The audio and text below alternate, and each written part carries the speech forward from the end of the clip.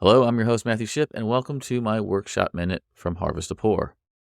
If you've ever asked yourself, why isn't my team taking ownership, you're not alone. In this episode of the Workshop Minute, we dive into the common struggles business owners face when trying to shift from being the sole decision maker to fostering a team that takes initiative. I'll break down why employees often hesitate to step up, how leaders unintentionally reinforce dependency, and practical strategies to create a culture of ownership and accountability. If you're ready to stop micromanaging and start empowering your team to solve problems independently, this episode is for you. So let's get started. Welcome to Harvest to Pour, the business of beverages, with your host, Matthew Shipp. This is the podcast for all of those who are involved in the agriculture all the way to the distribution of beverages. And now your host, Matthew Shipp.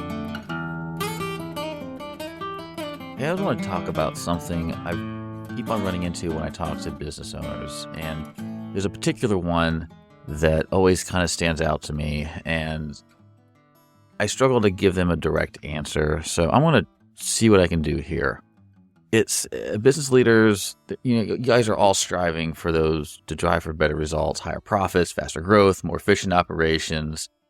And achieving that results-driven mindset requires a lot of strong foundation and collaboration, process clarity with your organization. Now, when I say that, most business owners are nodding their head. They go, yeah, I've heard this before. My coaches say this, and they're asking me, well, here's what you need to do, X, Y, Z. And I'm like, well, that's why I hired you. There's a bit of a agree and a disagree. I have agree that they are going to bring up the things you need to do because you're actually so deep into your business that they don't really come up. You're just like, why isn't this working? But no, I don't think they're supposed to do it for you because you have the knowledge of your business. And especially if you're the owner, you're the one with the most passion in your business. So the next thing is, I just want my team to take a lead on this. And every time I put something forward, they kind of turn back to me and like, well, great. How can you start that for us? So if you're running into that, maybe your team hasn't had that opportunity to see how to be a self-starter, or they don't know where to start, but they know you're the driver. So they just come back to you. Okay, great. What should I do? You need to provide that opportunity for them to think on their own feet, even as a group, to try and come up with their own ideas and feel safe to fail in it. And I think that's where, some of this disconnect between the team and the owner or the decision makers, the team leaders happens. There are some really cool ways to start handling that, but the mindset has to exist on both sides. The mindset has to be they will try if they're not afraid to fail, but you also got to be okay with they're not going to do what you think you would have done. And maybe your ideas are the best. But if you just keep saying, no, we should do it this way, no, we should do it this way, your team's just going to stop because they're going to be, my boss is checking the box, they have the meeting, but my opinions no longer matter. So there is a balance to that. And I think even as a decider, you should have that final decision of the direction to go. But I think the ideas and results and challenges need to be filtered through your team, or at least filtered through your leadership team before that decision is made. A good way to start in that is just kind of looking at your structure of your business with your decision makers, with your team. Identify where are those silos, those miscommunications. Also, just start by simply maybe mapping out or looking at some processes in your business processes together and find out where those bottlenecks and redundancies are. And once they get pointed out, ask your team, let's take a few minutes and just come up with some general ideas how you might solve that. There's a ton of different ways around that, but you want to have them just give them, and I love timeboxing, so I'm going to put that little tidbit out there. Timeboxing, give them 8 minutes to go, hey, we have identified this problem in our business. I'm going to give you 6 minutes just to start jotting down all the possible solutions you can think of, and leave it at that. And don't even ask that follow up question yet, like how you might be able to help, because that's going to color their response.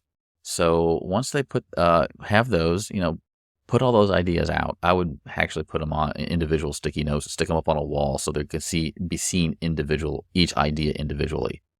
And have your team kind of vote on what are the top 3 ones they think would be the best solution that they all individually came up with. Yes, you owner, put yours up there as well, but don't make it as obvious. This is what I want to do. Boom, and it goes above all the other ideas. Mix it up in there in the cloud of all the other ideas. And let it bubble up to the top ones they want to tackle. If yours isn't in there, be okay with it. Even if you know this is totally the wrong idea, let them make that mistake, let them fail, let them figure that out, and it may come back to your idea, or it may not. It might be something better in the end that you didn't think of. Start giving that team buy-in. And now a word from our sponsors. Protecting the look, feel, and identity of your product is crucial, and that's where James Gorley can help. As an expert intellectual property attorney at Karstens, Allen & Gorley, James knows that trademarks are essential for legally protecting your brand, name, logo, and packaging design. This ensures no one can imitate your identity or piggyback on your success. With James Gorley guiding you, you'll safeguard the goodwill you've built with your customers and avoid confusion in the marketplace. Don't leave your brand vulnerable. Work with James Gorley to protect your business today. Visit CageLaw, that's CAGlaw.com, to learn more. Are you ready to try something refreshingly different? Bluebird Hard Water is not your typical beverage. It's a clean, non-carbonated alcoholic water crafted with simple, pure ingredients, no preservatives, no added fluff, just quality you can taste without the fog, the bloat, or the regret. Whether at the beach, on the golf course, or just relaxing at home, Bluebird Hard Water is a perfect companion for your active lifestyle. Check out Bluebird Hard Water today at bluebirdhardwater.com to find out more about their story and where you can grab a can. The link is in the show notes, so don't miss it. Bluebird Hard Water, keeping it simple, clean, and refreshing every time. Now, the other problem I run into a lot with owners is like, yeah, well, I gave my team opportunity to do all these things, but it never gets done. There's no real accountability.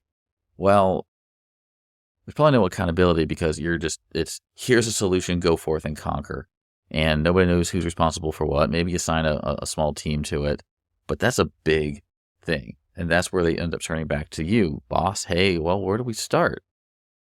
Well, start them with, what are 3 things we can do to get an idea with the solution that we might be going in the right or wrong direction? And just leave it at that. Have them come up with that.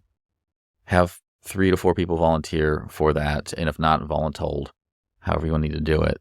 But by having them identify some small aspects on what they can do to see if even this idea is going in the right direction, and giving them, again, a time box of maybe 2 weeks to work it out on a team. Now they're going to be accountable to each other. And if you call that meeting again in 2 weeks and they have not done a thing with it, they're really kind of out of excuses.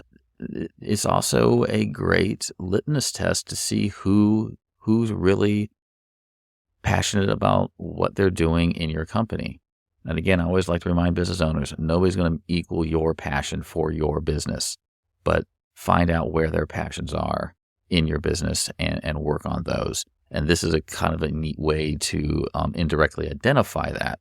If they do take initiative and say, hey, we tried this and we're not sure this is the greatest idea and here's why. And then, have that meeting set up to say what's working and what's not working and what would you do next? Keep it in their ballpark and have them come up with some ideas. Then finally, you as that decider, that business owner can go, I like what you're doing right here. Let's tweak that a little bit and move forward and let me know in a couple weeks how that works. So you're not just wiping out their idea, telling them they're wrong. No, do it this way. You're leaning on their ideas and modifying it enough in the direction that this probably should go, and let them go off and test this. Doing this in repetition is going to build the confidence of your team and your groups, and they get a stake in, they get a buy-in, they get a little bit of, okay, these things are happening. This didn't work. My boss was cool with it, but we kind of come up with some ideas together. We're actually part of a team again. So having those results-driven operations can really help. Then you can get into like the metrics and the KPIs and the ROIs. That's just another layer. But once you get this established, you're going to be able to open up a foundation in your business to asking bigger questions and tackling different challenges. And your team's going to be able to ask better questions. And hey, what if we did this? Well, now they know what to do. They don't need your permission directly. You can say, yeah, it's a great idea. Bring me 3 ideas behind that and we'll move forward with it. You're still keeping some of that autonomy, giving it back to them. But in the end, you are the decision maker. But now you're making a more informed decision with them. And that's only going to build your team and help. And eventually, hopefully, accountability will follow with that.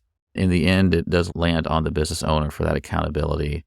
But giving yourself some structured work around with your team can have a structure with how that accountability works and how idea flow happens. And ultimately, you're going to make a decision, but it may not be the initial decision that you thought was best for the business because your team is now working on solutions with you. So, let me know what you think about that. If you'd like to see a framework for that, I'd be happy. I'd love to talk to you about it. There's plenty out there. I've got a few. Let me know what you've tried and what's worked and what's not worked. I also would like to discuss with you what doesn't work, because that's where we learn the best, when things don't work. All right. This is Matt. This is a Workshop Minute. Talk to you later. Thank you for listening to Harvest to Pour, the business of beverages with Matthew Shep. Check the show notes for our guest contact information. And connect with Matthew Ship on LinkedIn today.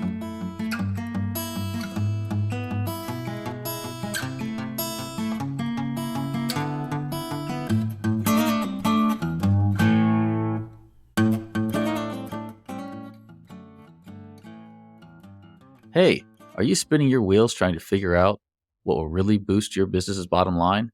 At Emberry Solutions, our Profit Priority Workshop is here to cut through the noise. We help you zero in on what truly matters, aligning your team, optimizing your processes, and magnifying your profits. Imagine your business running smoother than ever, with every decision and effort leading straight to increased profits. That's what focusing on the right priorities can do. Ready to boost your efficiency and profits? Visit Emberry Solutions and let's start making your business work smarter. At Emberry Solutions, we take your business from bottlenecks to breakthroughs.